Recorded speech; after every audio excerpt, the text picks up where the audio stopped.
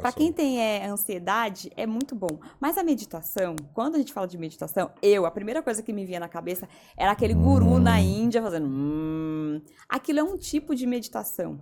Mas hoje você pode fazer, por exemplo, meditação guiada, tem muito no YouTube, que é como se fosse uma história que eles estivessem contando. Você põe o fone, parece que você está dentro da história.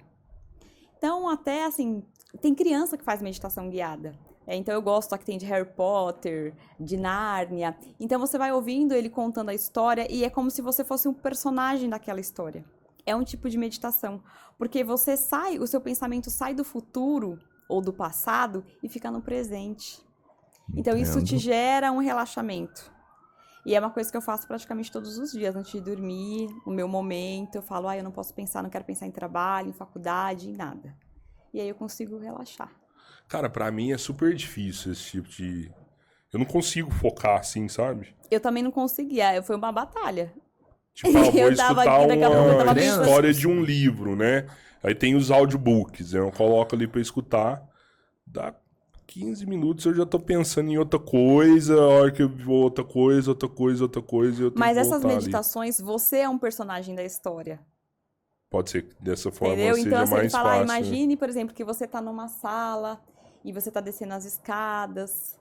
E aí ele fala, coloque a mão no seu coração. Então, assim, você é um personagem de Harry Potter, que eu gosto muito. Você se torna um personagem do Harry Potter.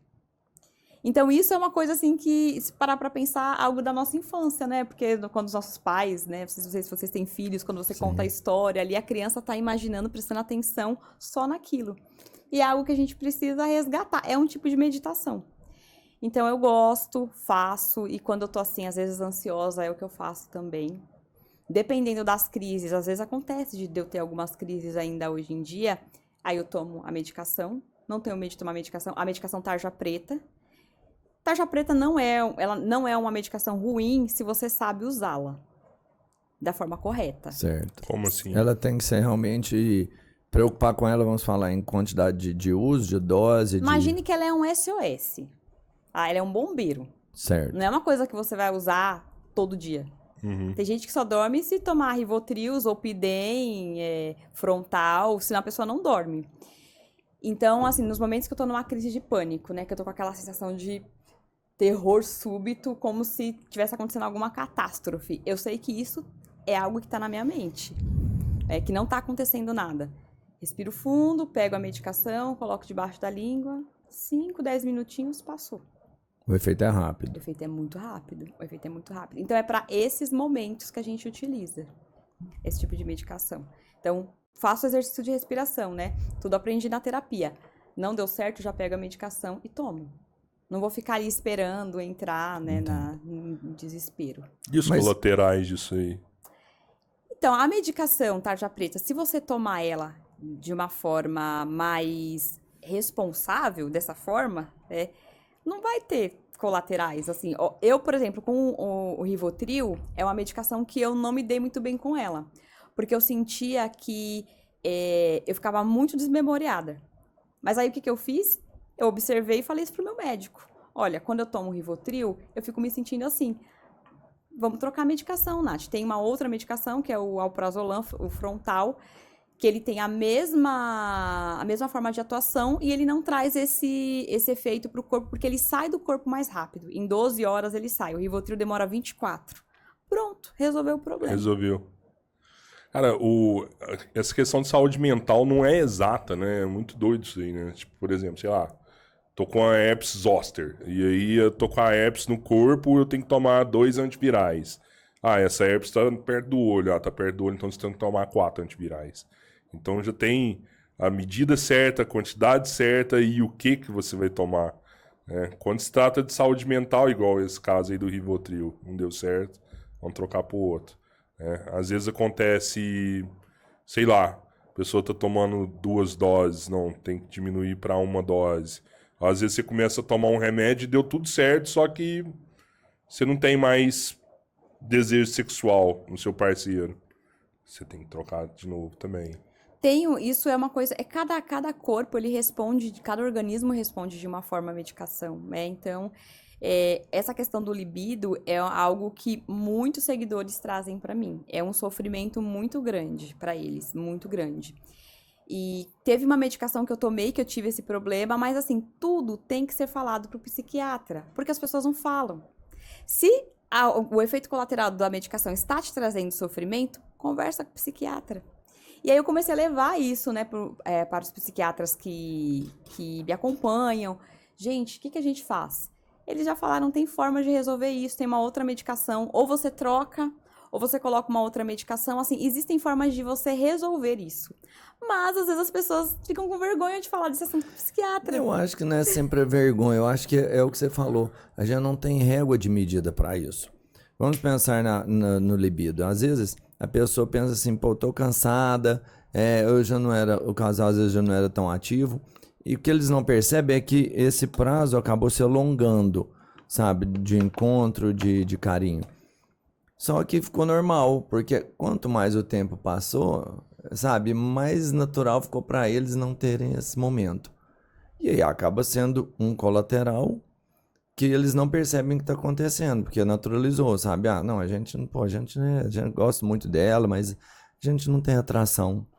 E talvez seja um colateral. Então, você entende? Não tem uma régua de medida. Mas aí entra a terapia, Faz né? sentido. Aí entra a terapia pra você fazer semanalmente ali, falar eu mudei de terapeuta faz um tempo. É importante também, às vezes, a gente mudar. Uhum. Eu fiquei bastante tempo com uma terapeuta, mudei. E ela perguntava isso pra mim, como que tá a vida sexual? Ela perguntava tudo. E assim, você chega num momento que você tem tanta intimidade que você fala. Ai, tá bom, não tá bom. Então, pera um pouquinho, será que esse libido não tá legal? O que a gente pode fazer? Então, quando você tem um profissional também que te acompanha, você começa a pensar, opa, realmente, tá estranho. Isso não é normal.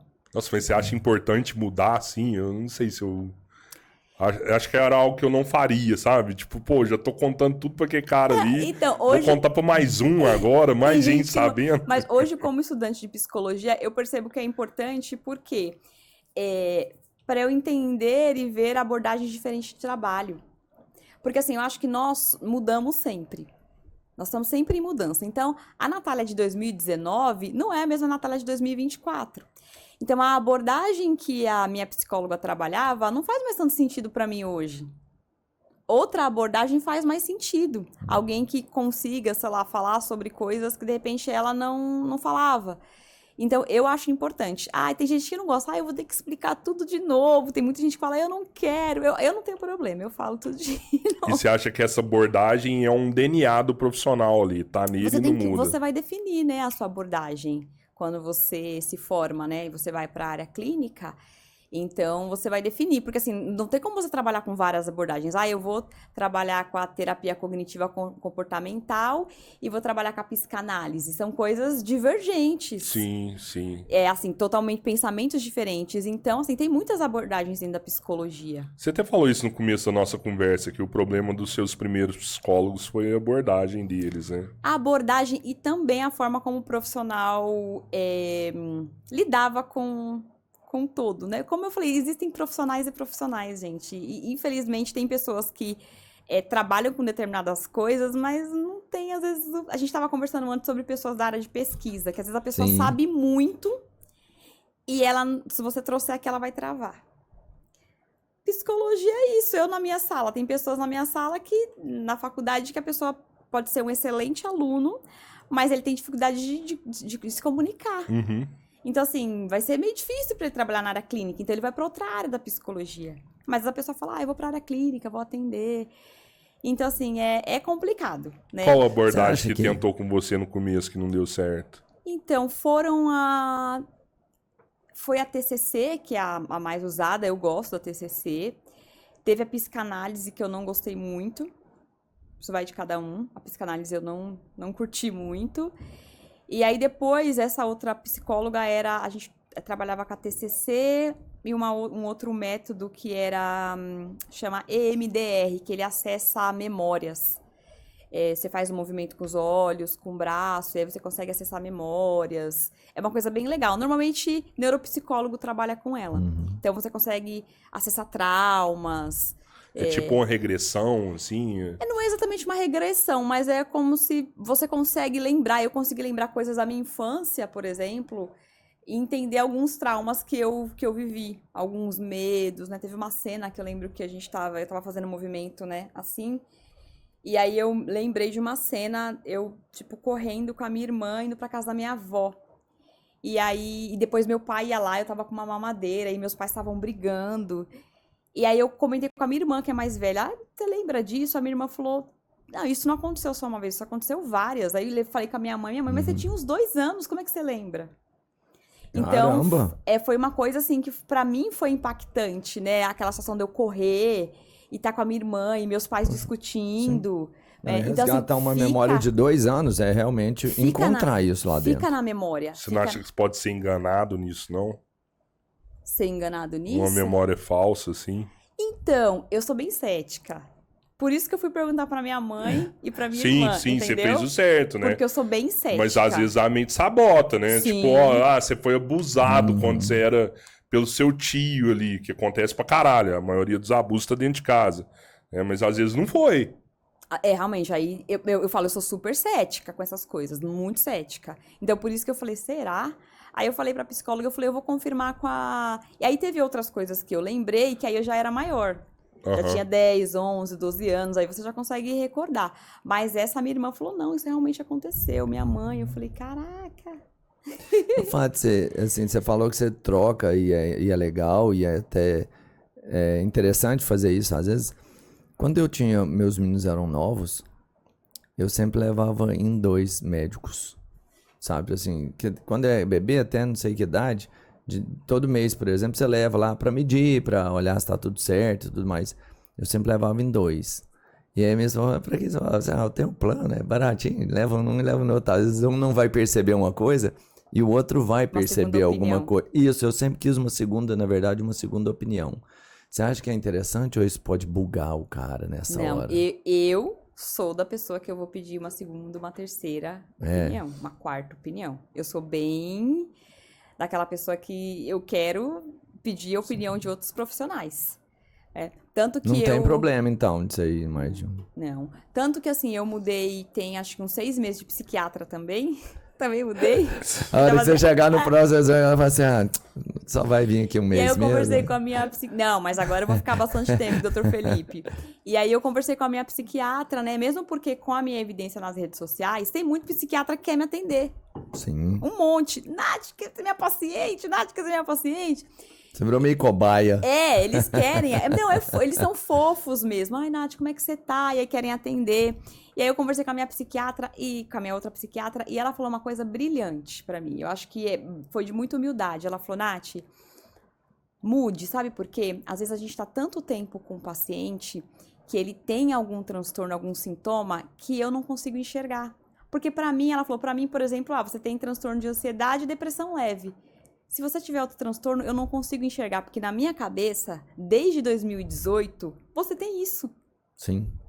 Então, ela falou, ela falou, às vezes acontece comigo, ela falou, às vezes quando eu vejo que o meu paciente não tá evoluindo muito, eu indico ele para outro psiquiatra, porque eu falo, eu não tô enxergando alguma coisa. Sim. Tem alguma coisa que eu não tô enxergando. Então, essa humildade dela de saber que ela não sabe tudo, né, de dizer que ela não sabe tudo. E aí mudei, né, tô com outro psiquiatra, a gente tá mudando a medicação, ele tem um trabalho um pouquinho diferenciado nessa questão de fazer esse trabalho com o psicólogo, que eu achei incrível, de perguntar pro psicólogo, pedir um relatório, como que ela tá? Da integração ali. Isso eu acho que todo psiquiatra deveria trabalhar assim. Então hoje tá, assim, sempre que a gente vai falar de saúde, independente, às vezes, do segmento, é de equipe multidisciplinar, você tem que ter ali são vários profissionais. Porque você vai pegar, sei lá, o psiquiatra, o psicólogo, mas você tem que ter, talvez, sei lá, um nutrólogo para que você se alimente melhor e assim consiga melhor. Você percebe, né? Hoje não é uma pessoa mais trabalhando Não, sozinha. você